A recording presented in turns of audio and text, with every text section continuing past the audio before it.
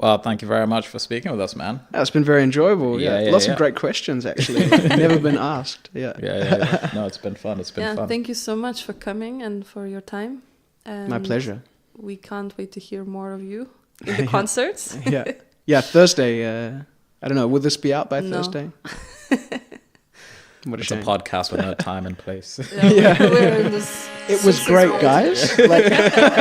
See you next time. Yeah, see you next time. Yeah.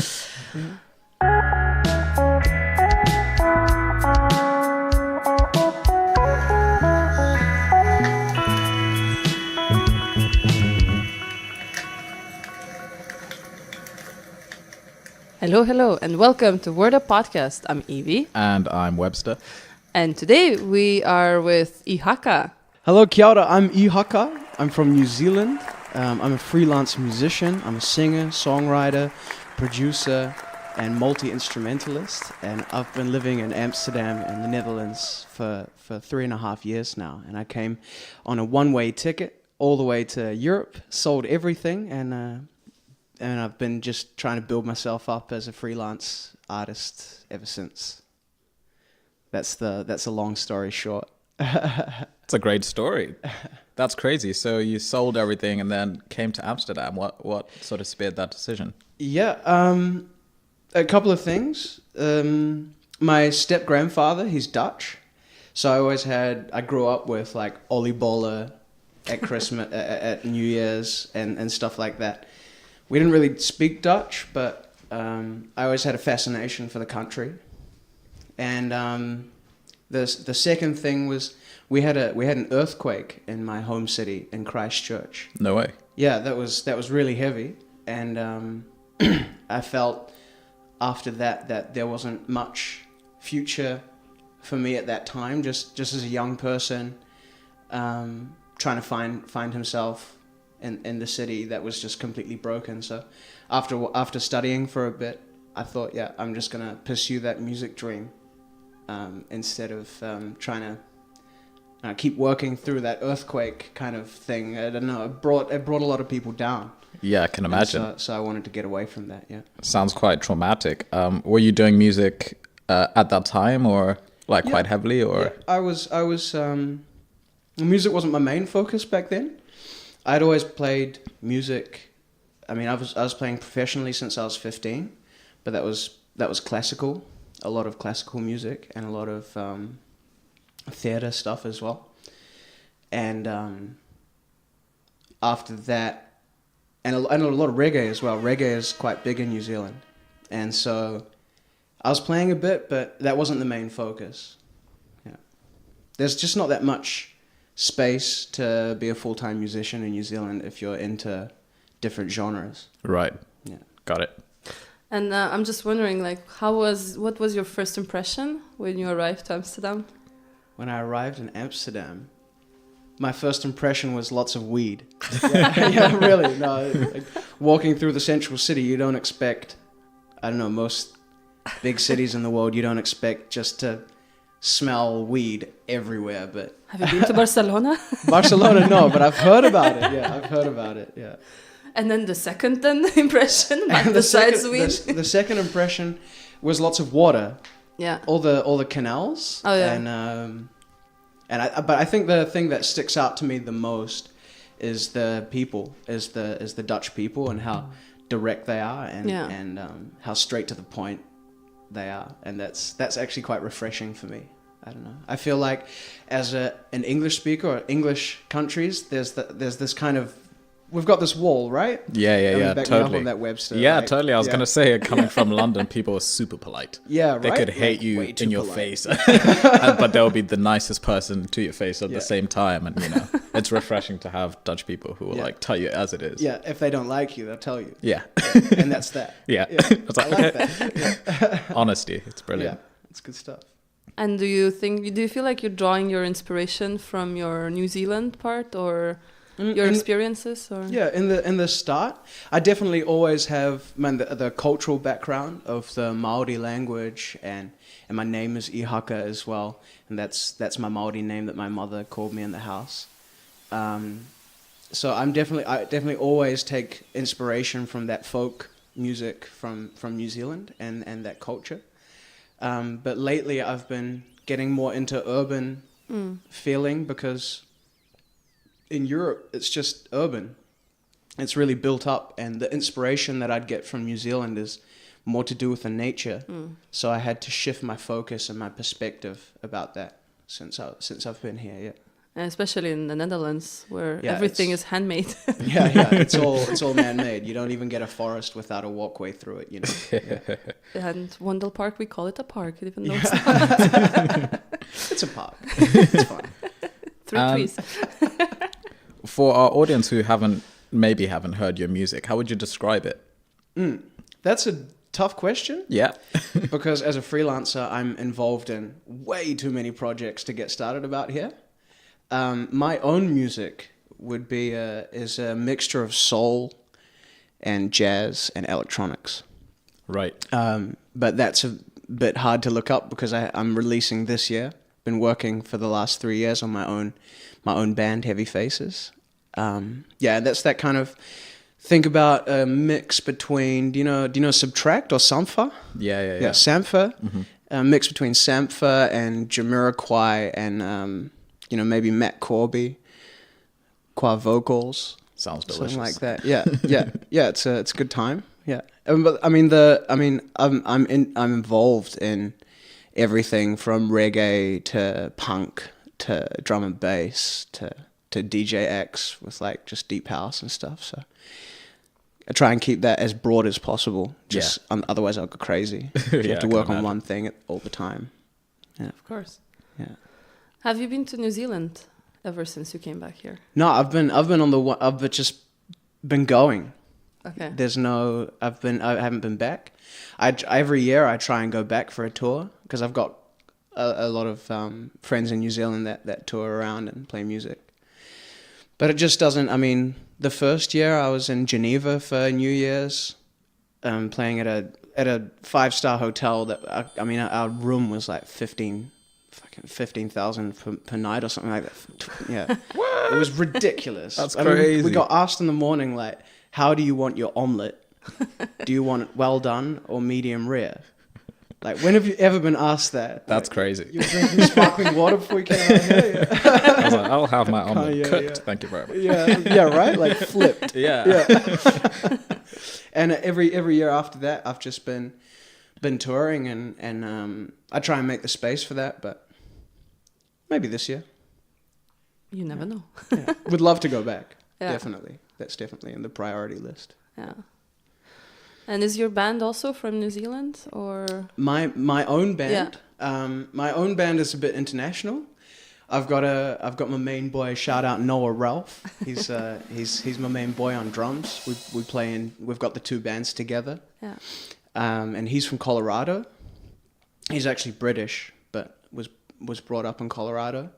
And the rest of the band, the other 3 guys, they're Dutch. So it's an international kind of group. And in the beginning we spoke English, but now we speak Dutch just because me and Noah learnt Dutch. Well done. Yeah, thank you. Yeah. Did you find that switch easy from speaking English and then going to Dutch? For me, for example, I'm not even close yet. Yeah. To picking up the local language. Yeah, it's funny. Dutch is such a funny language because you think, again, from the English perspective, you always think that there's more ways to say stuff. We've always got like 10 ways to say something, but the Dutch really only have like, if you want to say something, it's like that one way to say it. Right. And I think that was the most confusing. So I after a while, I kind of got surprised by how simple it is actually. Mm-hmm. That was a surprise. Mm-hmm. But it was also, I had to learn quite quickly because I got set up in Zwolle, not exactly in Amsterdam. Mm-hmm. And the level of English there just isn't that high. Right. So I kind of just got stuck in one of my first rehearsals, one of my first big gigs in the Netherlands was the final of the Clash of the Cover Bands. Mm-hmm. That's quite a big event that's all over the whole Benelux, and I got flown in the day before to play with the band in the Klokgebouw in Eindhoven. It was 5,000 people. It was just massive fireworks and shit, pyrotechnics and shit. Yeah, sounds dope. And I had the rehearsal the day before, and everyone was speaking Dutch, and I was just like sitting there like, whoa, like, I don't understand. And then someone said something, and everyone looked at me, and I was like, could you say that in English, please? Yeah, it's embarrassing, isn't it? Very embarrassing. Yeah. But that's cool. How have you found navigating the music industry here then? So you've got some success. Obviously, you're doing really, really well. But for people starting out in, let's say, entertainment, for example, in general, what sort of advice would you have for them? Yeah, that's a really good question. The entertainment industry can be a really hard thing to navigate, just because you've got a lot of people just doing their thing, and you've got to stay subjective. You can't ever become objective about that. I think even if you've got really high level of success, you've still got to stay open for ideas, and that means that there's just kind of this continuous melting pot of influences.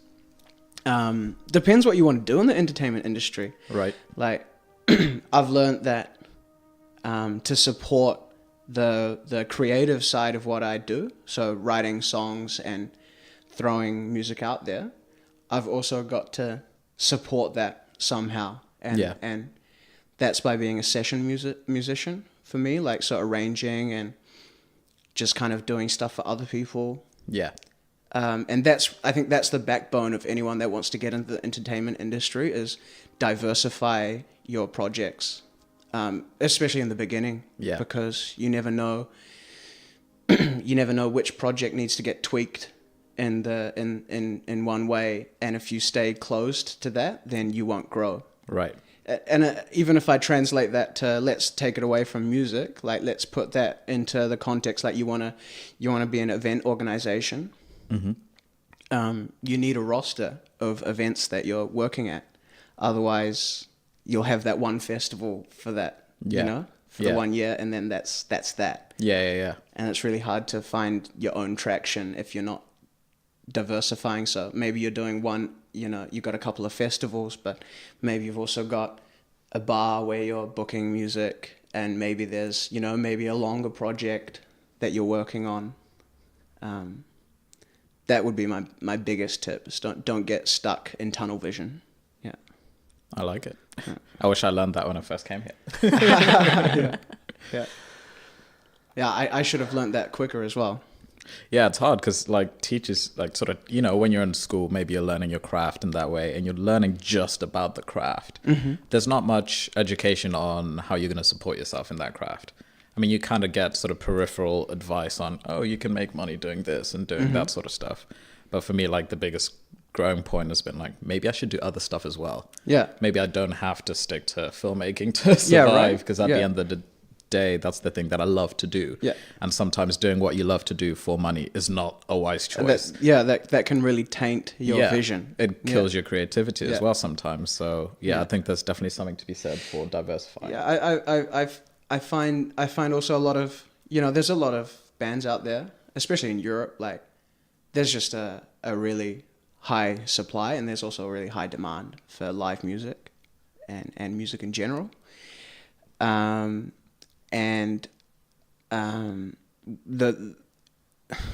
It's hard to get past that, and it's hard to get past that education step. Especially, I come across people that have been working not so long in the entertainment industry, and I notice that they kind of feel that it's not going anywhere or something, And I think it's important to just kind of focus on getting. I mean, if your business isn't like going forward, or you don't see any growth, then don't try and make excuses like, I hear a lot from musicians that have just come out of conservatory. They're like, the audience, the audience doesn't understand what we're doing. And this I see that more as a kind of excuse these days. Yeah.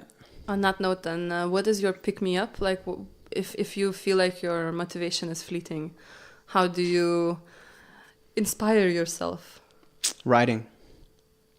Yeah, doesn't matter what. I wish I could do visual art. but I suck at it. It's a skill. You It's can learn it. it's an amazing skill. Yeah, I wish I could do that. You But can learn. It's practice definitely. makes perfect, right? I do my own stuff sometimes, but I'm always like, nah, like forget it. Yeah, you look at it and it's like, Yeah, keep this one to myself, you know. Yeah. Nah, to get the inspiration back, I enjoy either writing by myself, Right. in my own space, like trying to make that home studio environment your own kind of vibe, and making something new that you haven't made before, or going out and watching live bands that I haven't seen before, and meeting new people at events. So also personally as a human being, not just a musician. Yeah, that's just as a human being. Like most of the things that I write that will never get played for an audience, but Yeah. that's important, I think. I like that musicians are also humans. Yeah. Who knew? You can forget that sometimes. Yeah.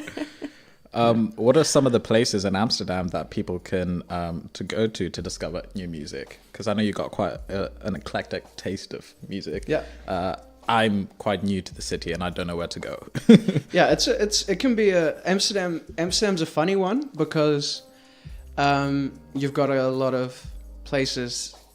Yeah, like places are small here, so they often don't have that massive PR. You know, there's some clubs in London that just have a massive PR department. You know, and you can see that everywhere in London for those massive clubs. Like O2 or something, you know. But here there was Sugar Factory until very recently. That's such a disappointment because Sugar Factory was such a lovely place to play, but that's gone. So I'd say Melkweg.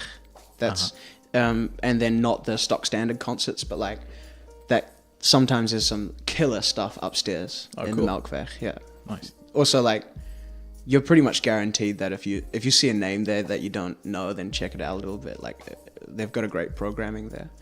Cinetol for like up and coming bands. I'm definitely more into live music, so I wouldn't really know what to like for DJs or like the DJ scene. Like, I don't really know, but Cinetol is a great place to see live music. And I'd say the best party in Amsterdam. I'm a bit biased because I played there. Right. And I know like everyone that's in the house band. Wicked Jazz Sounds. That was in Sugar Factory. That's now in the Melkweg, and that's every Sunday night. Cool. From like 11 to 5. It's the people that come there are like alternatives. Wicked. That have just finished work on a Sunday. You know. That's pretty cool. Yeah, and Nice. it's just DJs and live musicians playing like old funk soul tracks, and that's Nice. every week. So that's my favorite party in Amsterdam. Okay, cool. It's a guaranteed good time. Check those out. Cool. And we always ask this for people who come to our podcast.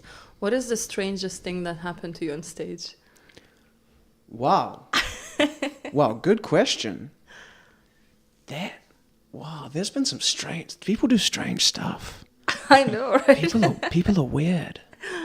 Tell us all. Yeah. I was playing at Amsterdam dance event. This typical rock and roll story. I was playing at Amsterdam dance event with Canaris 2 years ago. We were playing in the Pacific Park. Pacific Park, also a great place to see like random stuff, but I think they're changing the focus there. But anyway, I was at Pacific Park playing at Amsterdam dance event. Great, it was packed. 18-year-old chicks on the coke. Great, like love it.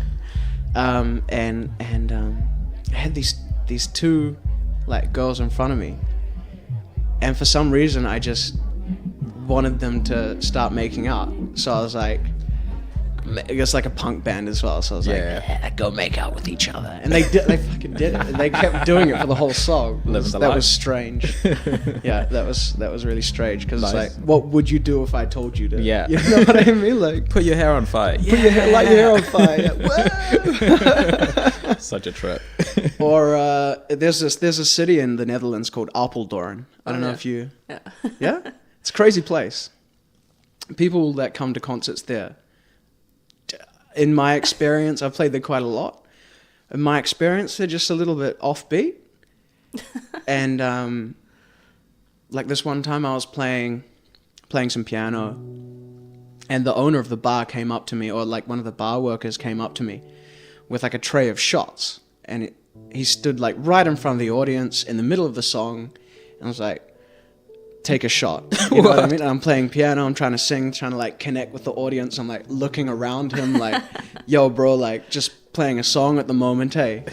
And he was like, no, you have to take a shot. So I had to like stop the song, like tell people like, I'm sorry, like there's only enough shots for me. I like took a shot, and then I don't know, that was really strange, because it's like, That's bizarre. yeah, right? You're like there to perform. Yeah, I'm there to perform, like we can do a shot afterwards. Yeah. But Well, they're I trying kinda to find be it weird if- inclusive, right? yeah, right. I find it weird if your concert just gets stopped by one person who has like an opinion at that moment. Yeah. Yeah. It's like, take a shot. Yeah. Yeah. I mean, I might. Yeah. Oh, we'll have There's to been do so strange. many I mean, there's PSAs. strange stuff that happens. I mean, a couple of weeks ago, we were playing in Willem II in Den Bosch at a festival. Yeah, it's a great location, but the stage is low enough that you can like stand on the stage. So at one point we got like that there were just people standing in front of the band on the stage trying to crowd surf, but it was the same people that were trying to crowd surf the whole time, and the rest of the audience was just kind of getting tired of these people that were crowd surfing. And this at one point I just kind of got like, pissed off. I was like, get the fuck off my stage, and like kicked him in the back. Kicked him in the back, and he like jumped off, but no one caught him. And I just saw him like boom, like on his butt, like, like I saw him walking off like, oh, my back. Oh no. Were the audience happy about this? Yeah. Okay, good. Yeah, a lot of people afterwards, they were like, yeah, I was getting so annoyed with the people that were on the stage, so like, Yeah. good job for kicking me in the back. I was like, okay. Looking out for the crowd. That's cool, man. That's nice. I mean, those are crazy stories. Well, and like I said, we'll have to do a lot of PSAs. Yeah. Totally different from like the spoken word crazy stories. Yeah. You know, it's like, yeah, drop my paper, forgot my line. Forgot my line. Yeah. Yeah, this one time there's this soul singer in the Netherlands, Humphrey Campbell.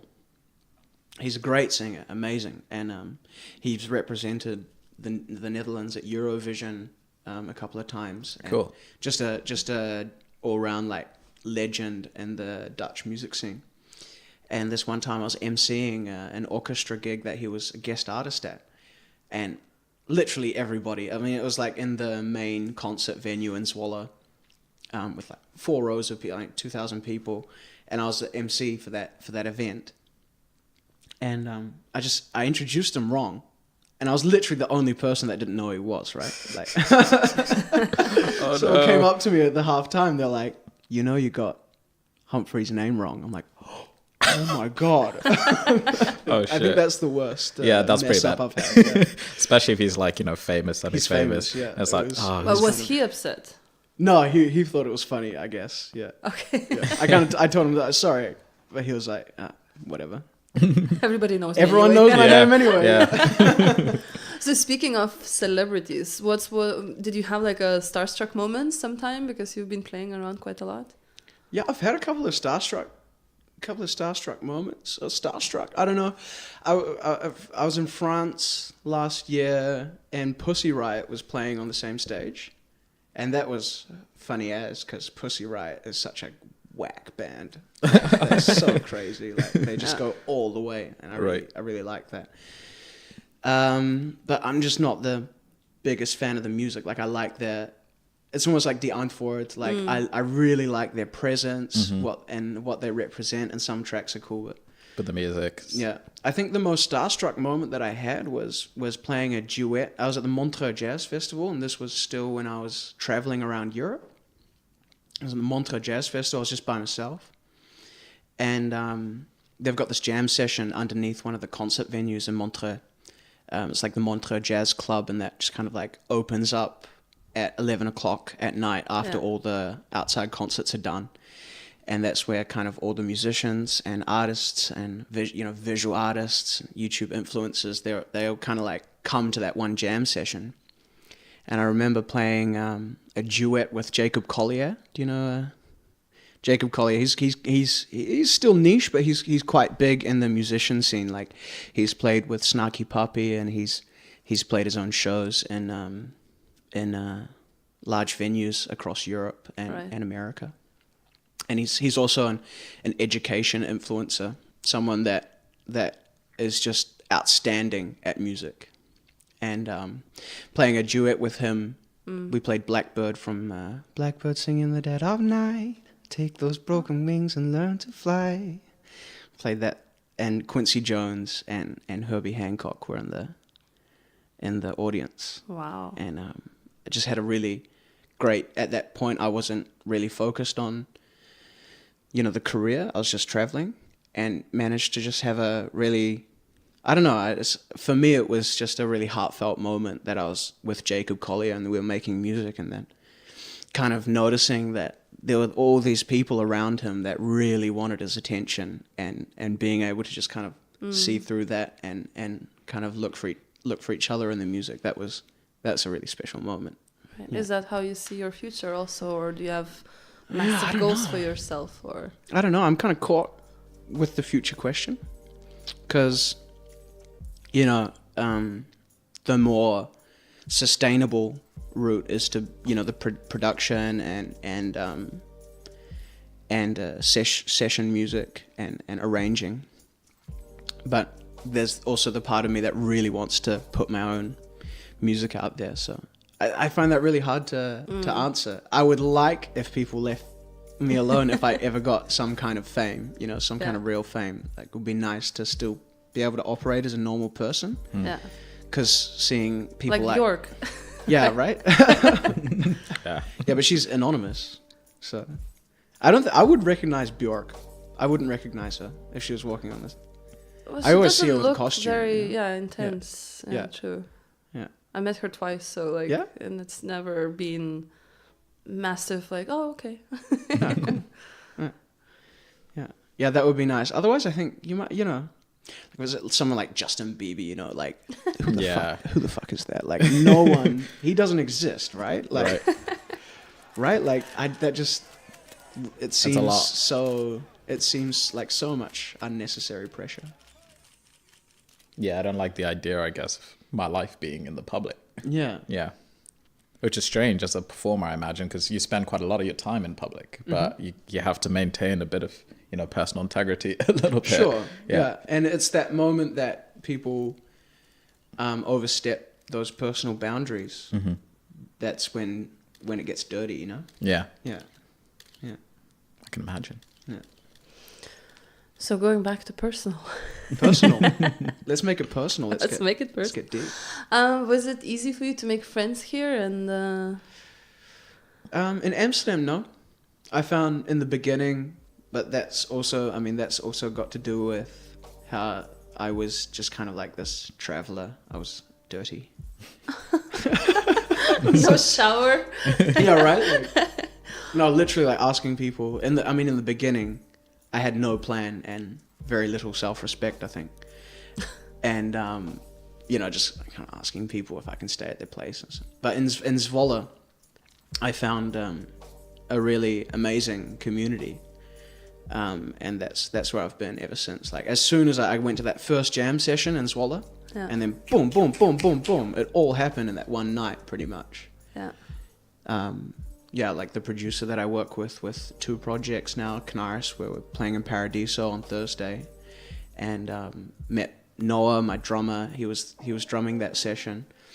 Met a whole bunch of poets. Did some spoken word stuff at Windesheim Hogeschool, like the university in Zwolle. So that happened really fast, and it was like, whoa, I'm in Zwolle. Right. So that was really easy. I found the people to be amazingly warm and inviting. Yeah. And I'm also wondering how much of where you are right now is because of your persistence and constant attempt to do what you're doing, and how much of it is luck. Certain milestones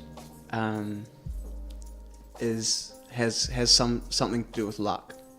Like just being at the right party at the right moment. Right. Like, yo, man, what's going on? Yeah, I'm drunk as. Yeah, me too. Hey, you want to play on my session on Thursday? Oh, yeah, sure. Yeah. Like, we're playing a really big stage. Like, oh, wow, that sounds great. And then, like, secretly you're like, yes. Like, like what a break. Yeah, but I think persistence definitely, like, you've got to build that luck. You've got to make your own luck, I think. Yeah. I'm also quite a slow person in terms of, like, creating something. I like to take a while, you know? Yeah. Rethink it. Right. Maybe if something's not really working for you, if you don't feel it so much, then go back and kind of revise it. So in that respect, I think persistence is key, because in that time you can send out more emails and get more responses. Right. And if you kind of jump the gun a little bit, then you won't get that luck, that little element of magic that you can't define, you know? Right. And that I've found in my own experience that's less there if it seems rushed. If you seem rushed as a person, or if you seem, you know, if your project seems rushed, if the music seems rushed, people want to be relaxed and comfortable with as a persona, as well as a performer and an artist.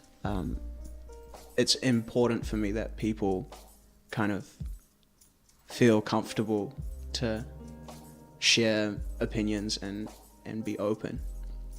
So in that way, like, it's more like persistence, like just making friends and trusting that something will come out of it. Yeah.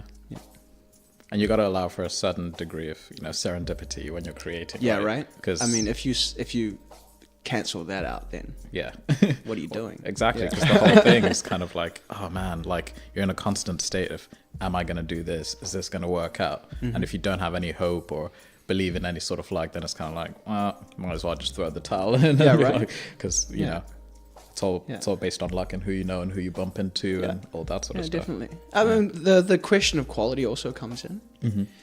But I find, you know, because that's so subjective, you can't always use that as a measuring stick. Like, I've seen bands that are just so good that have no following. Yeah. Because they don't put that work into it. Yeah. And also vice versa. Like, some acts have immense quality from the beginning, and then they just kind of boom get picked up. Yeah. There's a band, Arp Freak.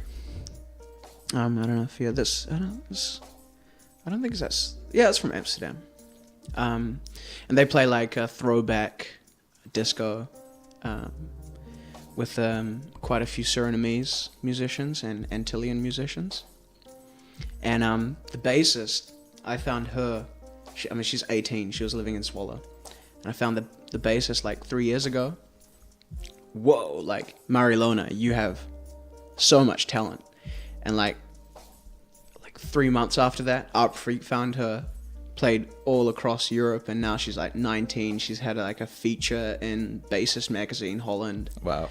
And she's going milestone to milestone. I really like to see that. Yeah. Yeah, that's cool. Yeah.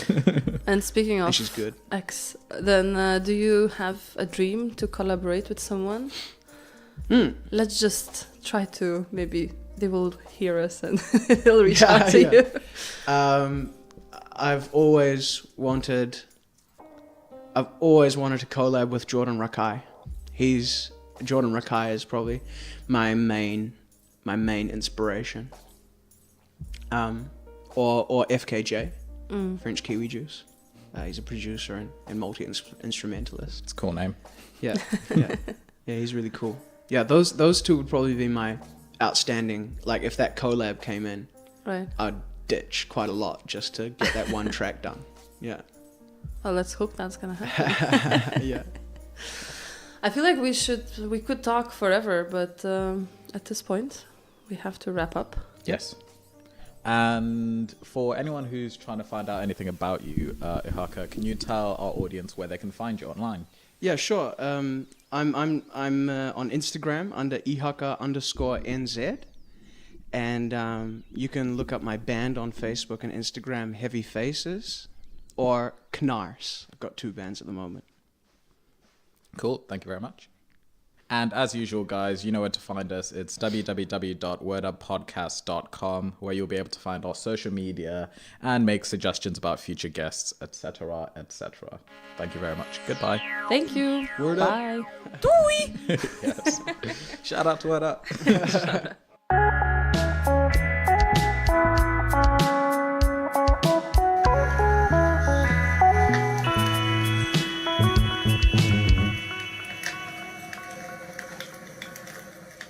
Yeah, that's it. Yeah, done. Yeah.